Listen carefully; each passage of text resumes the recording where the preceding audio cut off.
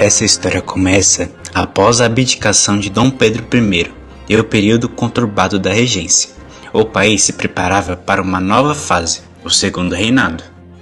A sociedade brasileira se divide em mundos muito diferentes, entre o luxo da elite e o sofrimento dos escravizados, a chegada de imigrantes e o crescimento das cidades. A vida ganhava forma constantes. Mas como essas diferenças moldaram o Brasil da época? Que marcas elas deixaram na nossa história? É isso que vamos descobrir a seguir.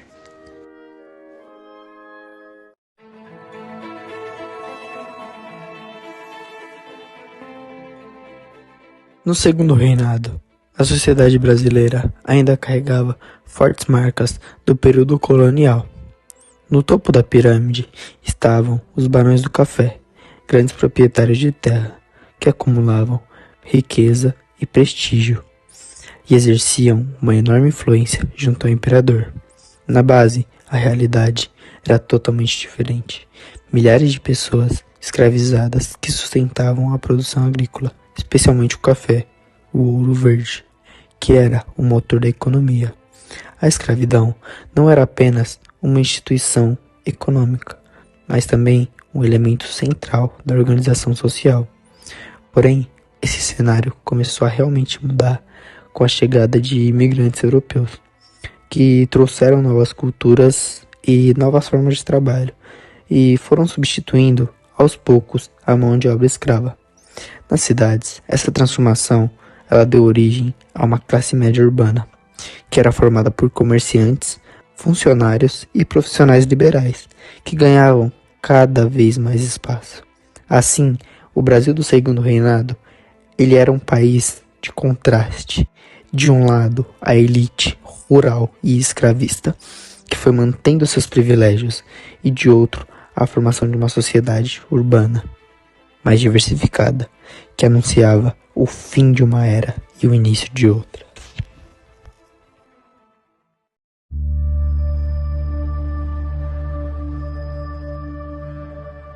O processo da abolição da escravidão no Brasil não foi um processo fácil, muito menos único.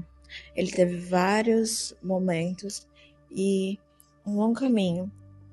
Apesar da primeira parte ter sido a imposição da Lei de Eusébio de Queiroz em 1850, que proibiu o tráfico de escravizados vindo da África, ela é chamada de Lei Inglês V, pois a Inglaterra fazia muita pressão no Brasil para abolir a escravidão, para ter mais mercado consumidor de seus produtos.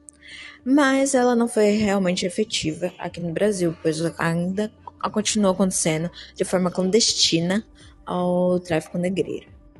Na década de 1860, vários movimentos influenciaram o processo abolicionista aqui no Brasil.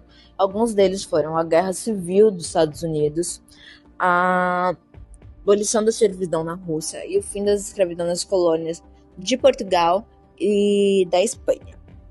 Aqui no Brasil também tivemos uma forte influência, o fim da Guerra do Paraguai, onde alguns escravos foram libertos para lutar no lugar de seus senhores na guerra. E isso compadeceu o exército brasileiro com relação aos escravizados. Esse foi um marco histórico para o Brasil e também para o mundo, mas também trouxe vários ressentimentos a partir da elite do Brasil, que eram os fazendeiros, e que também influenciou para a queda da monarquia a partir do golpe de Estado.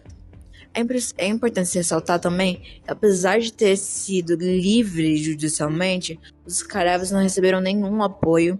As pessoas agora livres da condição de escravizados não receberam nenhum apoio do governo, nem de parte financeira, nem de parte de moradia. Então, muitos voltaram a trabalhar de forma análoga à escravidão nas fazendas de café de seus antigos senhores. E isso reflete até hoje, nos dias de hoje, né, em como a nossa sociedade sobrevive, como ela foi moldada. Diversos movimentos abolicionistas aconteceram dentro do Brasil. Em São Paulo, teve a Sociedade dos Caifazes, que ajudava escravos a fugirem das fazendas e das lavouras de café. E também existia o Clube do Abolicionismo, que reunia intelectuais e ativistas para discutir sobre a causa. No Rio, O Clube dos Libertos organizava debates e campanhas. E também tinha o Quilombo de Jabaquara, em Santos, que foi um refúgio para muitos escravos que foram libertos, que fugiram ou foram libertos. Todos esses grupos ajudaram a tornar a abolição um processo que partiu também da resistência popular.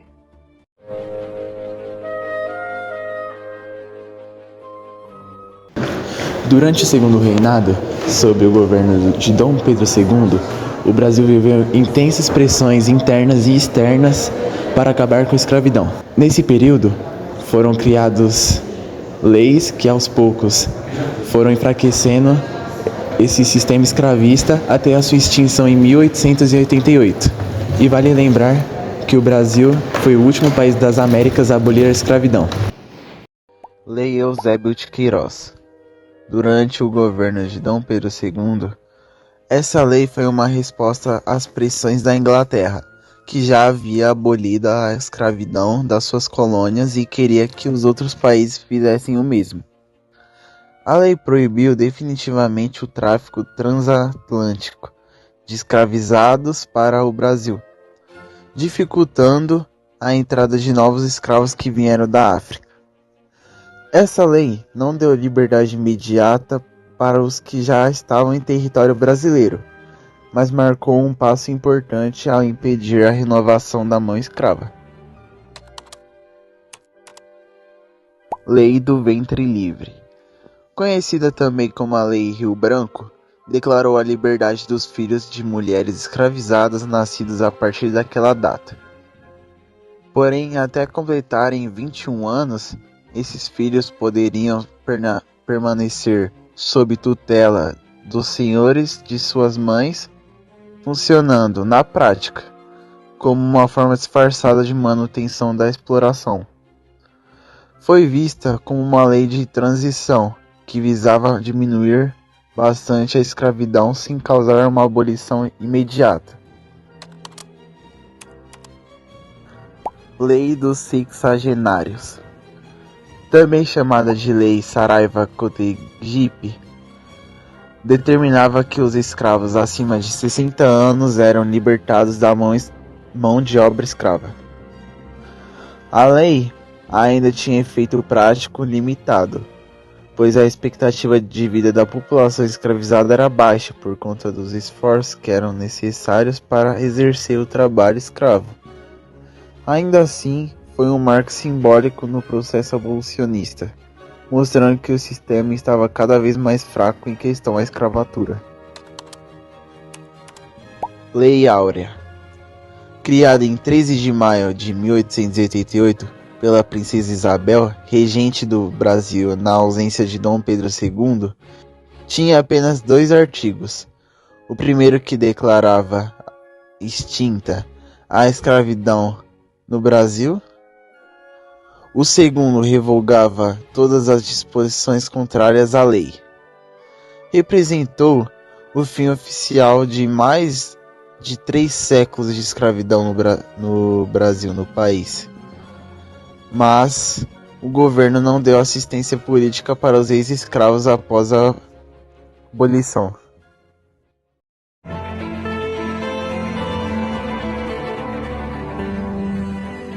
A chegada dos imigrantes no território brasileiro se encontrou com um momento de grandes transformações no país. Em 1847, o senador e grande proprietário de terras Nicolau de Campos Vergueiro foi pioneiro ao contratar famílias europeias para trabalhar no país, sendo famílias essas de portugueses, alemães, suíços e belgas. Eles trabalhavam pelo sistema de parceria. O fazendeiro custeava a viagem e alojamento, enquanto os imigrantes precisavam quitar as dívidas com sua força de trabalho, participando também dos lucros da lavoura. Logo, outros fazendeiros seguiram o mesmo tipo de modelo, e já na década de 1870, o próprio governo brasileiro passou a financiar a imigração, criando o sistema de colonato, que custeava a viagem dos imigrantes, buscava reduzir conflitos entre trabalhadores e empresários do café. No meio disso tudo, a vinda em massa dos imigrantes também foi incentivada por ideias sociais da época. Inspirados no darwinismo social, setores de elite defendiam a chamada teoria de embranquecimento. Acreditava-se que a chegada dos imigrantes brancos ajudaria a branquear a população brasileira e reduzir a presença negra na formação de identidade nacional. Assim, a imigração marcou profundamente a história do Brasil, trazendo novas culturas, tradições e saberes, mas também esteve ligada a projetos elitistas de exclusão racial e social. Foi um processo complexo que ajudou a moldar o país que conhecemos hoje e se tornar um dos países mais miscigenados que conhecemos.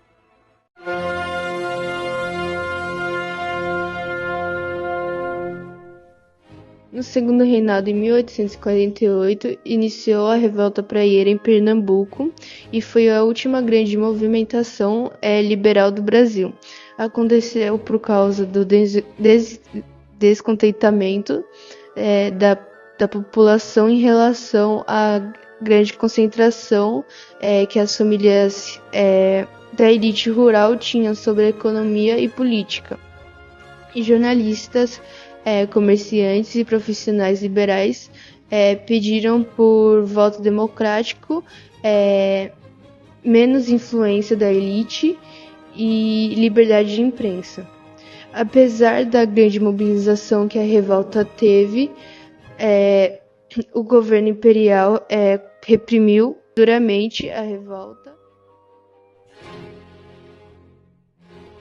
Apesar do progresso econômico, a escravidão seguia sendo a principal base de sustentação do país. Em 1858, invasores no Rio de Janeiro, dezenas de escravizados se revoltaram, principalmente com os donos das fazendas de café, por conta dos maus tratos e pelas leis impostas. Com isso, os escravizados mostravam muito a sua coragem e o desejo de liberdade que eles tinham. O movimento foi duramente reprimido, mas mostrou a tensão que estava acontecendo em todo o país e a insatisfação de todos os escravizados. Em parte de Alferes também é um dos lugares que houve os levantamentos de outras revoltas. Com o crescimento das cidades, surgiram as primeiras revoltas urbanas. Em 1874, no Nordeste, aconteceu a revolta de Quebra-Quilos, que foi quando camponeses e comerciantes destruíram balanças e medidas que aumentavam os preços do produto. E no Rio de Janeiro, entre 1870 e 1880, trabalhadores urbanos, como cocheiros e operários, se revoltaram com a longa jornada de trabalho, o aumento do transporte e o baixo salário. Isso marcou o início da insatisfação da população nas cidades. Se esses mucker forem tão bravos quanto seu comandante, a briga vai ser boa.